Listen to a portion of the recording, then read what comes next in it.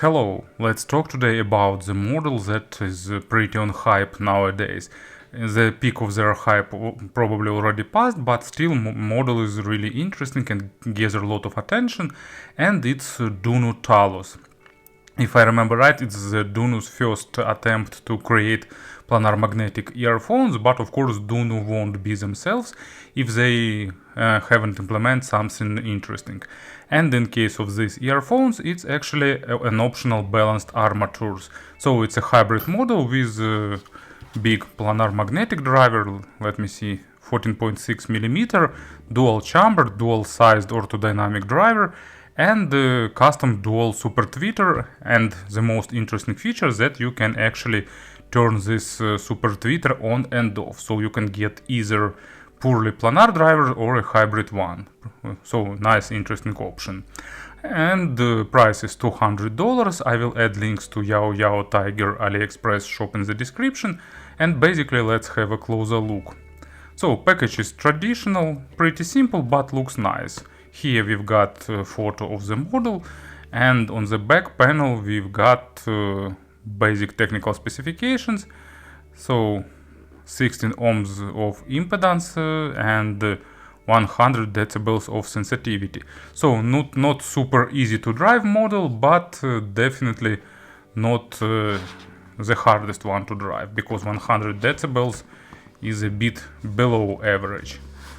As usual, when we pull off this outer sleeve, we getting access to the internal box, just plain black cardboard. And here we're getting fancy case, looks pretty interesting. You can see that they even protect the logo with film. And earpieces themselves.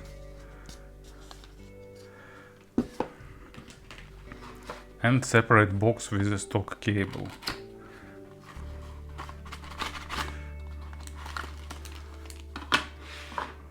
So let's unpack it. We'll need it for future reference. And here we'll probably get a set of tips or something extra.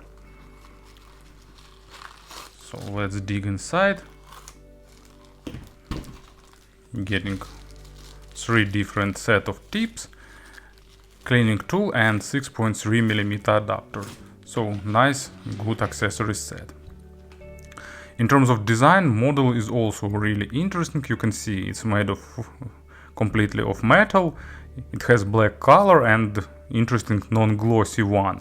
So I've read some complaints about the fit, but in my ears they fit really well.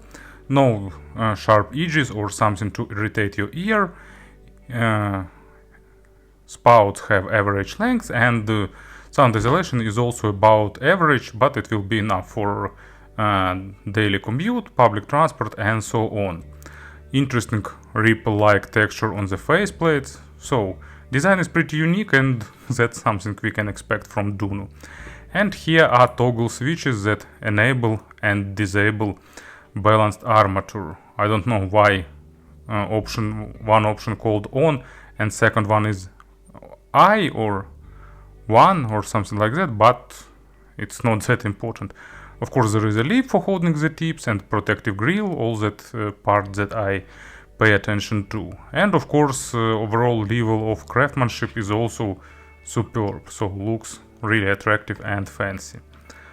Stock cable made replaceable.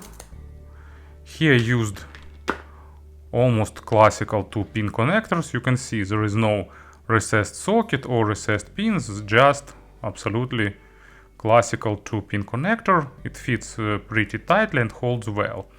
There are ear hooks formed that helps to reduce microphonics, which is practically absent. Cable itself pretty soft, not the super soft, but softer than average, and also looks pretty attractive, nicely braided, so pretty audiophilic looking cable. Here is the splitter with chin slider, and after the splitter it goes braided down to the regular 3.5mm jack. Unfortunately here we won't get modular cable with replaceable jacks.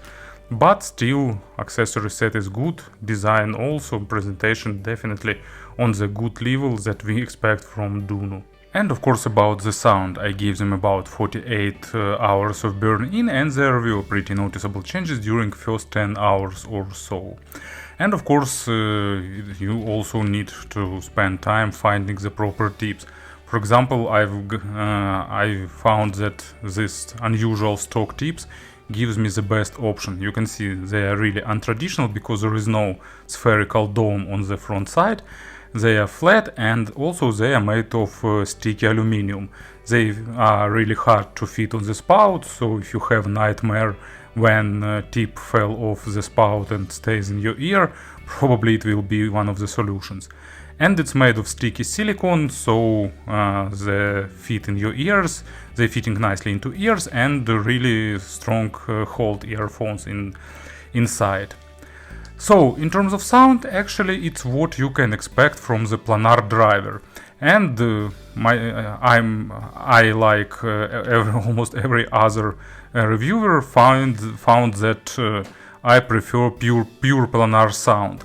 I will talk about balanced armatures a bit later, but in general, you know, I think that they were mainly tuned to be planars.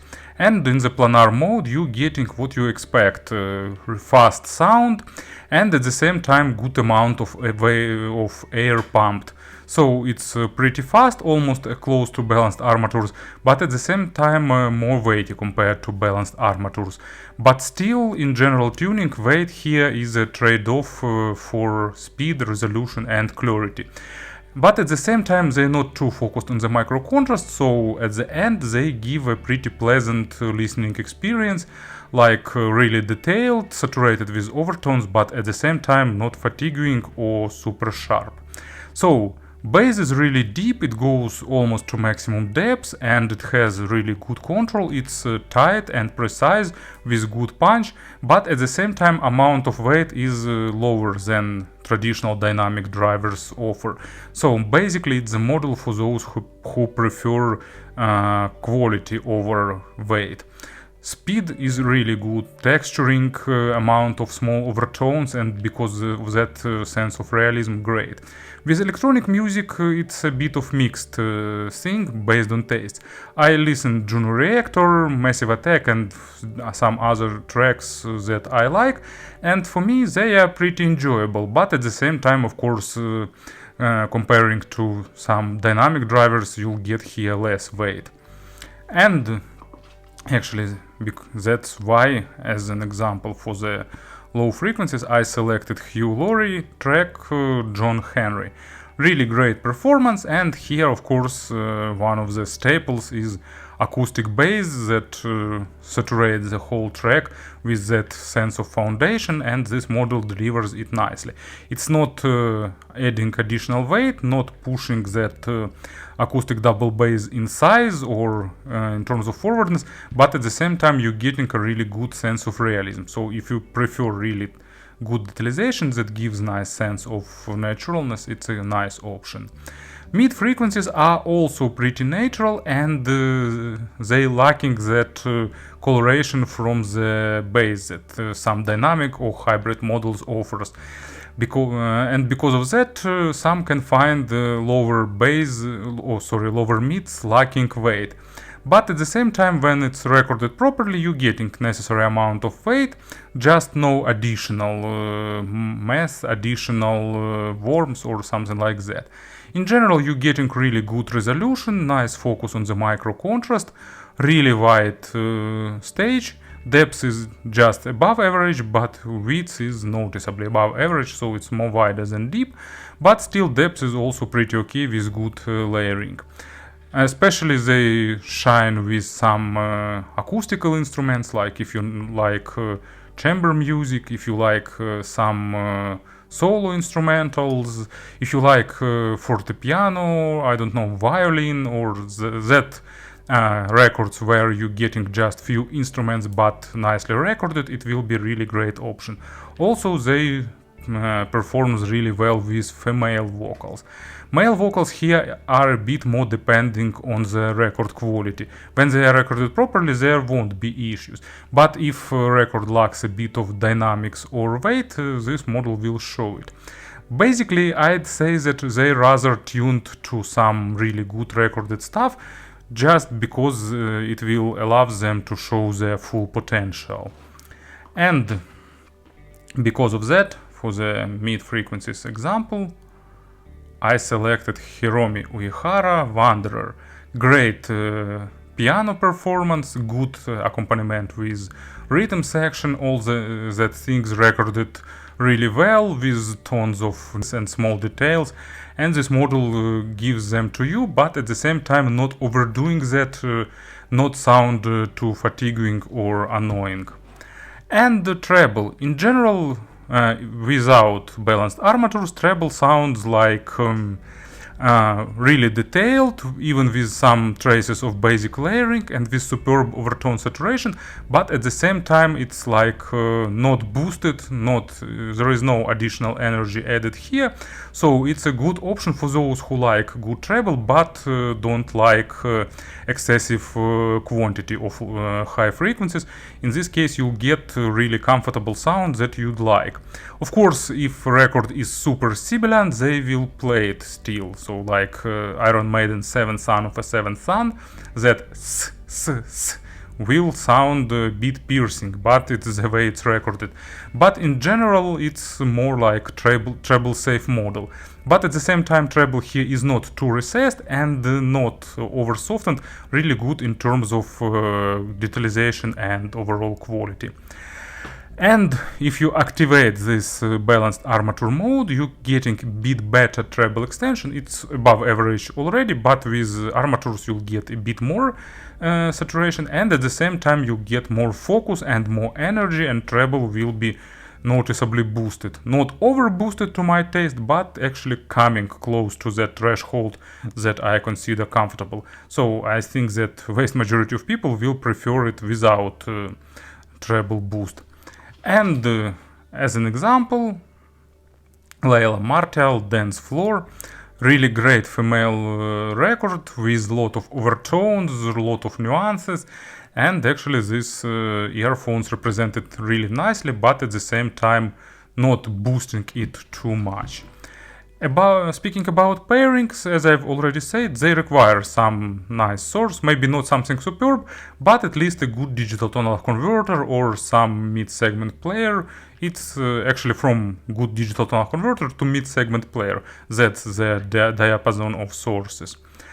And speaking about the compressions, what we've got here, recently released, reviewed IMR EDP Ace. They are also planars, but they are a bit more weighty, slightly tuned a bit more on the warmer side of things. Shure S12, they are more V-shaped with more boosted low frequencies, more boosted treble.